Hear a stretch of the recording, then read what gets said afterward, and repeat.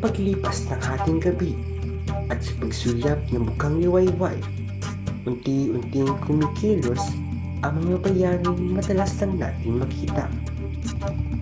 Walang kapa, kundi ang puso at pagpapakumbaba ang tanging sandata.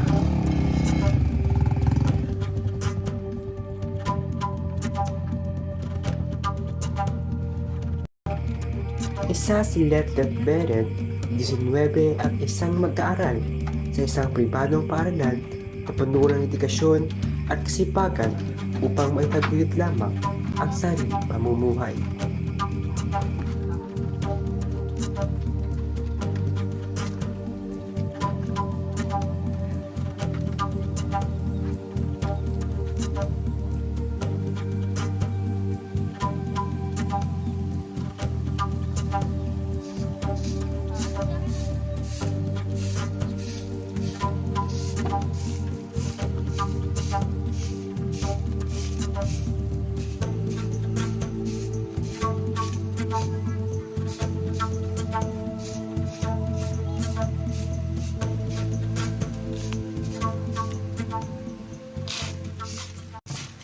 Sa bawat pagsikat ng araw, may mga kwentong hindi natin madalas marinig.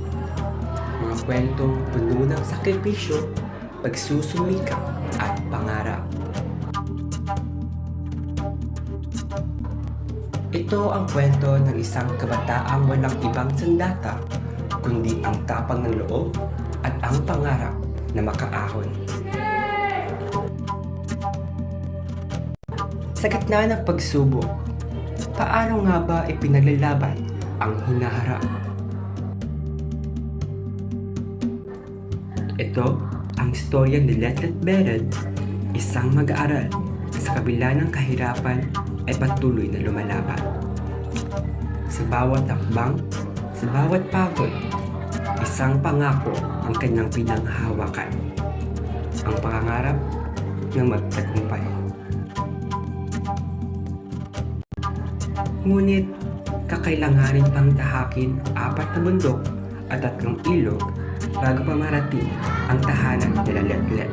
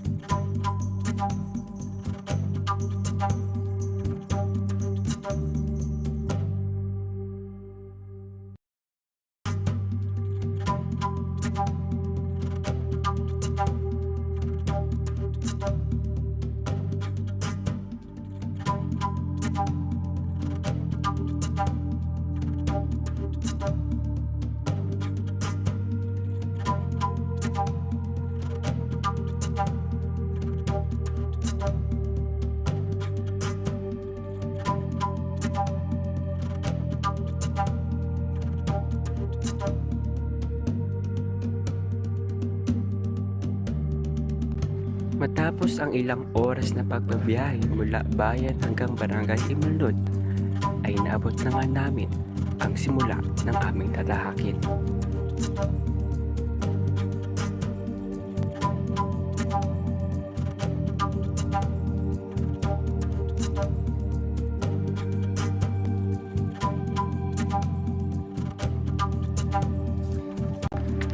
At sa paunang bungad nga sa amin ay ang tawirang gawa lamang sa pinagtagpi-tagping kawayan na nagsisilbing tulay ng mga residente ng barangay Imulod.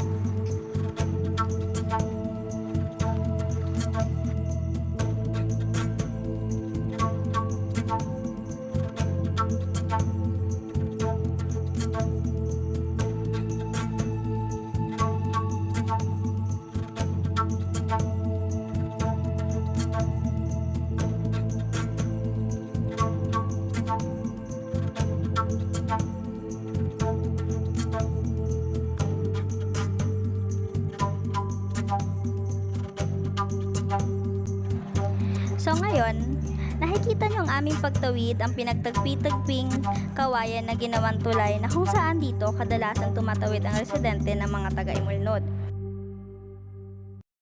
Dahil minsan, kapag malakas ang buhos ng ulan, malakas ang agos ng ilog na ito, kaya mas pinipili nilang tawirin ang kawayang tulay na ito na kung tutuusin, napakapeligro. Gayon din kay Letlet, araw-araw niya itong tinatawid mula sa kanila hanggang pababa ng bayan, na kung saan parang wala na kay Letlet ang habang nadarama, para lamang makapasok sa trabaho at sa paaralan nila.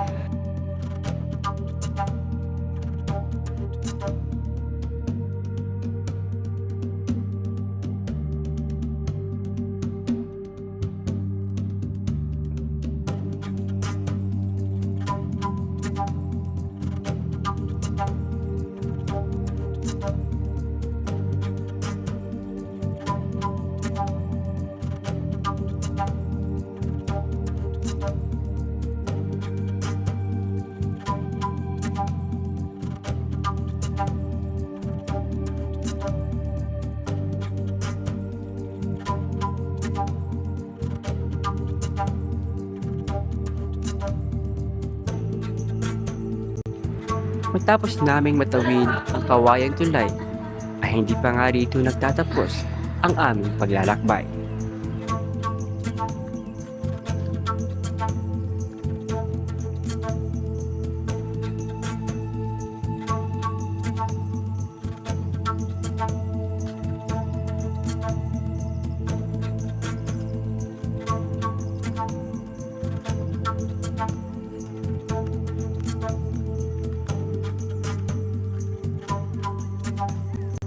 Hindi pa nangangalahati ang aming paglalakad, ay bumungad sa amin ang matarik na burol na aming nalakarin.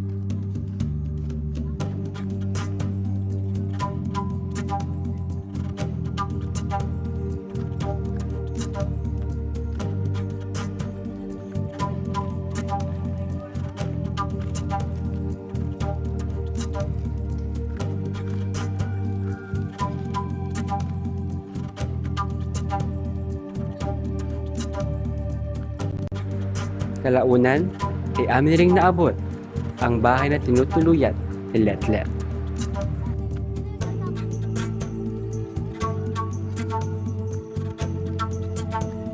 Hey, Diyos mio, kakapunta natin, hindi na alam.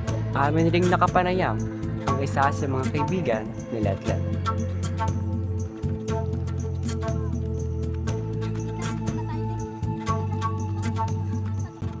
Ako po pala si Marisa Maclet, 18 years old, isang mag-aaral din po.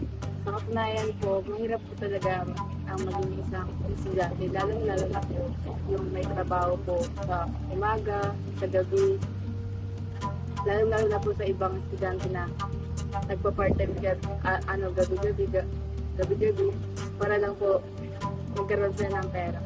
Para lang po may ibang tutos sa pag-aaral nila. Sa isang estudyante yung pabalik-balik lalo na po sa pag-aaral po namin, pagpabalik-balik po sa bayan po, sa puntang bahay, lalo na po yung sa pagtatawid namin sa ilog, mas sobrang hassle po talaga sa isang estudyante yun, lalo na po sa ibang estudyante na galing pa pong bundok, papunta lang po sa school. Tulad nga po ng isang kaibigan na si Letlet Bere, isa po siyang estudyante po na nag-aaral din po sa bayan. Napaka-hassle po din po talaga sa sitwasyon niya, yung pagpunta ng bayan, lalo na po na nakatira siya sa bundok, pabalik-balik po siya. Ngunit hindi pa dito nagtatapos ang aming paglalakbay.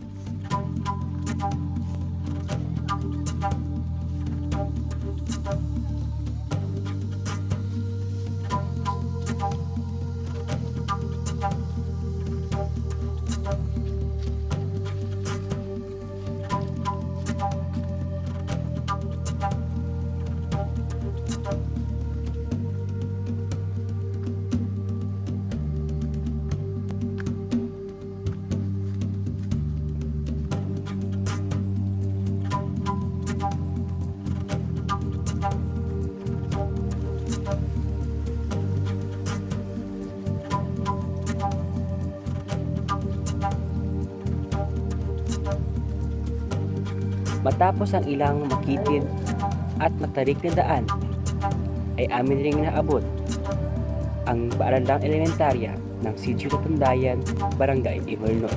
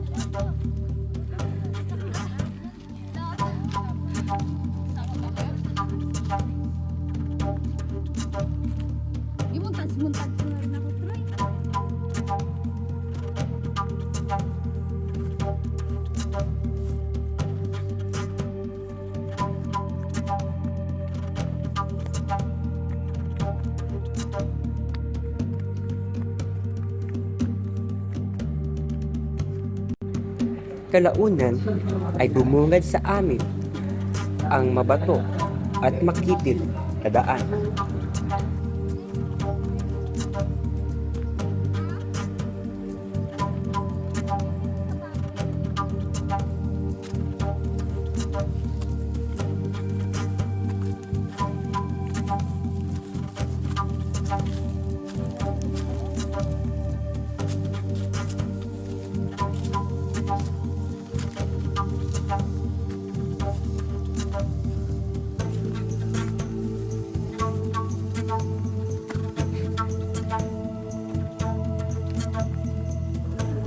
Sa kasukalan ng aming nadadaanan ay patuloy pa rin ang aming paglalakbay.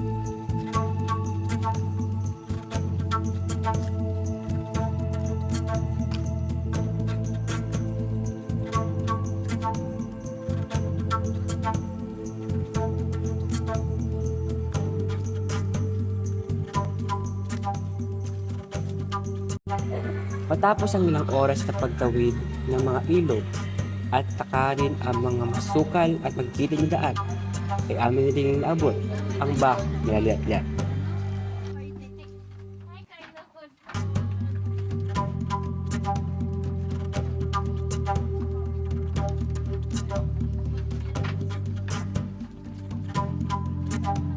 Tuloy po, this is my house.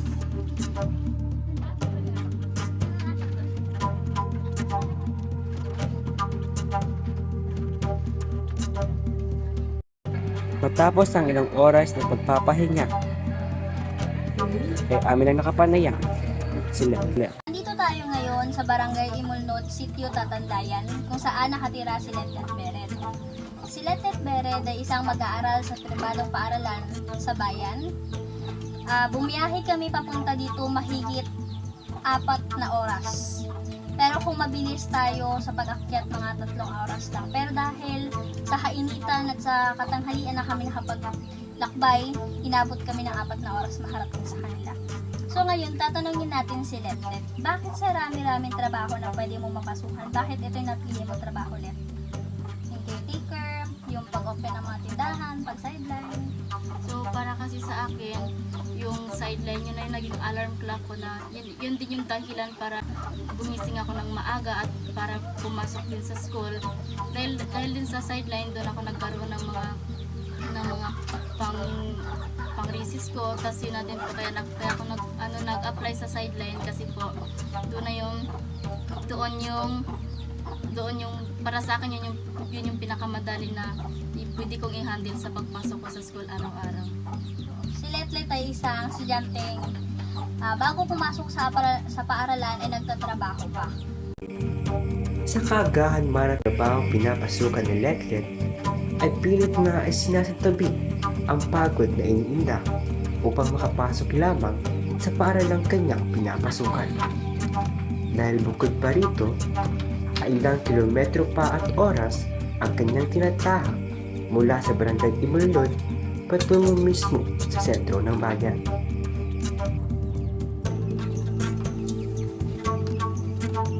Sa katunayan po, mahirap talaga i-balansin sa pag-aaral ang pagtatrabaho ko. Lalo na po at umuwi ako sa Imulnod, umaga, tas hapon. Umaga, hapon. At ganyan din po, papasok ako ng maaga sa school. At lalo na rin po, kailangan ko i-maintain ang grado ko sa bawat subject.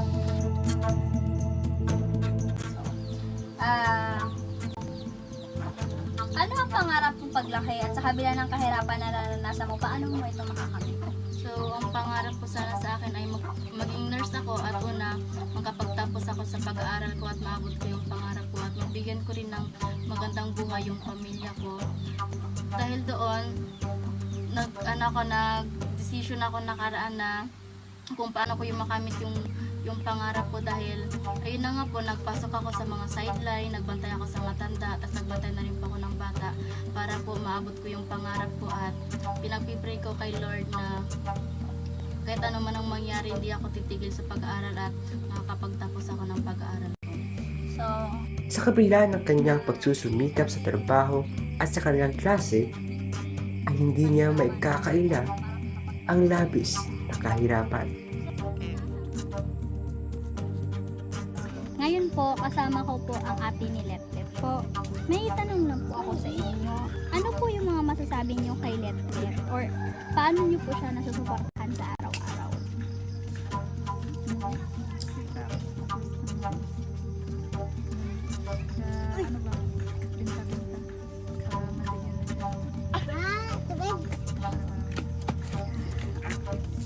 So, yung ate ni Letlet, nasusuportahan niya daw po si Letlet sa pagbebenta ng gulay. Tapos, dahil doon, yung kita, binibigyan niya po si Letlet para sa pag-aaral. So, isa si Letlet din, ay isang ate ni Letlet sa nagpapatibay kay Letlet sa pang-araw-araw na lumaban sa kahirapan para sa kanyang pangarap. Pinabahaman ng balakid ang kinakaharap ni Letlet, ay nananatili itong positibo sa takbo ng kanilang buhay. Kumakapit sa pag-asang makakaahon. Si Letlet ay isang estudyanteng puno ng katagan, kasipagan at pagsusumikap at pinapangakong makakaahon at umaasang maabot ang bawat pangarap.